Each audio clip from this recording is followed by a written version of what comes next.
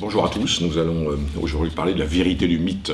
Alors, ce pourrait être un sujet qui serait un peu un domaine d'application. On pourrait parler de la vérité du roman, de la vérité de l'histoire, de la vérité du mythe, mais ça pose aussi une question, c'est le rapport entre la vérité et l'imaginaire, puisque le mythe, c'est une figure de l'imaginaire, c'est comme ça qu'on pourrait le définir, un récit fabuleux d'origine populaire, qui nous présente un personnage qui serait un modèle symbolique, Bonaparte, Charlemagne, etc., ou bien une idée, le mythe du progrès, ou bien une force politique, le peuple, le mythe romantique du peuple, Hugo, Michelet au XIXe siècle, qui en avait effectivement parlé. Est-ce qu'il y a une vérité de ce mythe, par exemple ?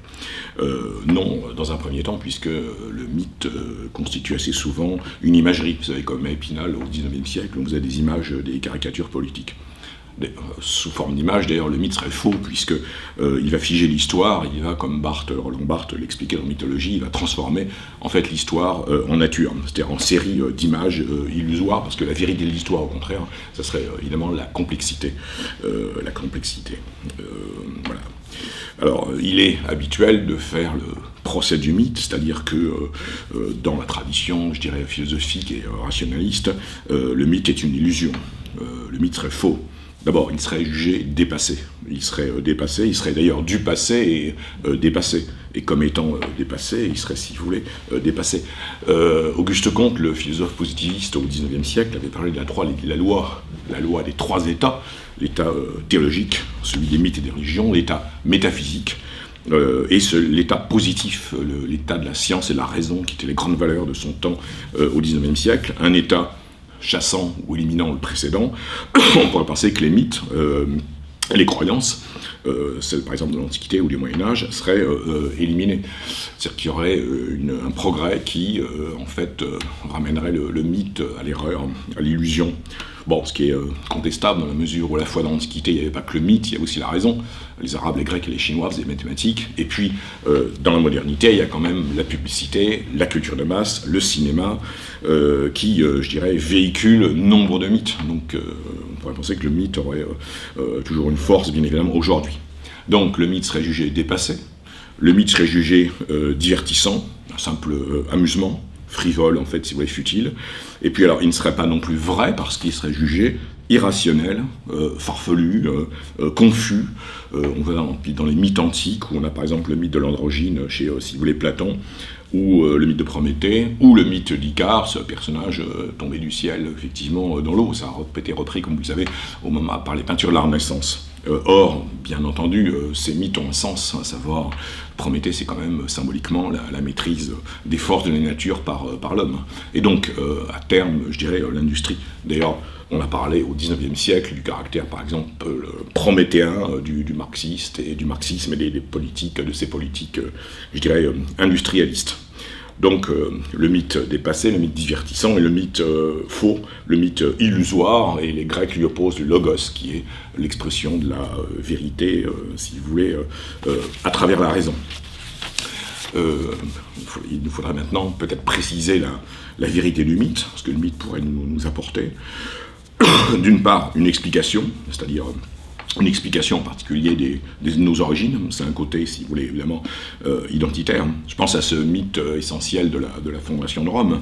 Bon, à la limite, peu importe que, si vous voulez, ce mythe soit vrai ou faux, l'important c'est qu'une communauté, en fait, si vous voulez, y croit, et qu'elle puisse, si vous voulez, se mobiliser autour de ce mythe comme grand rêve.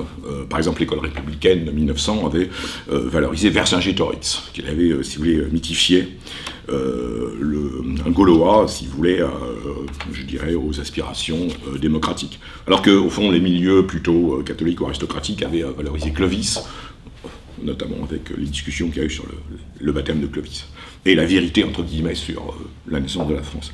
Donc, vérité explicative, mais aussi vérité significative, c'est-à-dire le mythe fait sens. Il produit un sens, et en tant que tel, il est donc, si vous voulez, vrai pour nous. Et là, on pourrait citer nombre de figures mythiques, qui seraient des lieux, des moments, des personnages, qui, en fait, feraient sens. Parce qu'ils seraient dotés, disons, de tel ou tel caractère, favorable ou défavorable, moral ou, si vous voulez, immoral. Si nous pourrions parler de certaines figures comme le mont sauvage, le barbare, l'étranger qui serait connoté négativement ou positivement. Pour le temps, c'est le mythe du progrès, enfin à la fois celui de la décadence. Bon, il n'y a pas forcément une vérité de la décadence. Bien évidemment, c'est une idée plaquée sur l'histoire. De même, le mythe du progrès. Le fait d'idéaliser, si vous voulez, le passé. Je pense aux monarchistes qui idéalisaient le Moyen-Âge, ou les révolutionnaires en 89 et après qui idéalisaient l'Antiquité parce qu'il y avait là la vérité pour eux de l'idéal, si vous voulez, civique. Tout cela est très bien expliqué dans le livre de Girardet, Raoul Girardet, ancien professeur à Sciences Po, Mythe, au pluriel, et mythologie politique. On aurait de grandes forces dans la société, si vous voulez, qui seraient mythifiées et qui présenteraient un caractère de vérité. Je pense au peuple, ce grand mythe romantique du XIXe siècle, chez, si vous voulez, Hugo et Michelet. Les dirigeants seraient mythifiés, puisque les plus gros, entre guillemets, pourraient être présentés comme étant des oligarchies, pourquoi pas pour certains, entre guillemets, dits, si vous voulez, ennemis du peuple. Il y aura aussi des grandes actions historiques et politiques, comme celle du sauveur, le sauveur en politique, le mythe du chef ou le comploteur. Et au fond, on y croirait, même si ça serait historiquement, si vous voulez, caricaturé ou faux. Mais peu importe, il y aurait, pour ceux qui y croient, une vérité de l'imaginaire. Et donc, conclusion, le mythe formerait l'esprit d'une génération. Alors, il aura un caractère, donc je l'ai dit au début, explicatif, le mythe fondateur. Il aura un sens significatif, parce qu'il ferait sens, des personnages étant lancés dans une action qui a sens, si vous voulez, pour nous. Et puis, il a un caractère mobilisateur, puisque un groupe humain et social pourrait se mobiliser autour d'un mythe. De Gaulle montrait en politique le rôle des rêves et, si vous voulez, des passions ou de l'imaginaire dans une vision, je dirais, non technocratique de la politique. Évidemment, cet imaginaire, cette vérité de l'imaginaire serait, si vous voulez, décalée avec la réalité. Il y a par exemple l'idée de la France, alors que on pourrait penser qu'il y a une diversité, si vous voulez, sociale ou régionale en France, et même qu'il y a une France aujourd'hui, si vous voulez, très fragmentée.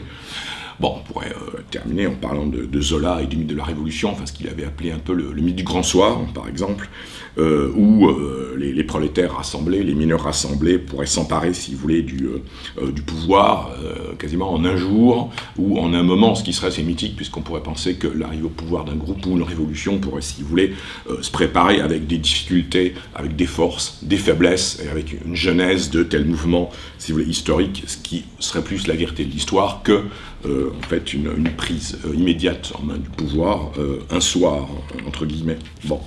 De même dans les théories, un certain nombre de théories complotistes qui, si vous voulez, verraient dans l'histoire, par exemple la main des jésuites ou la main de la maçonnerie, etc. On a là une histoire, si vous voulez, qui peut faire sens, mais qui serait tout à fait, si vous voulez, caricaturale et réductrice, qui pourrait montrer la difficulté d'appréhender, de percevoir la vérité historique.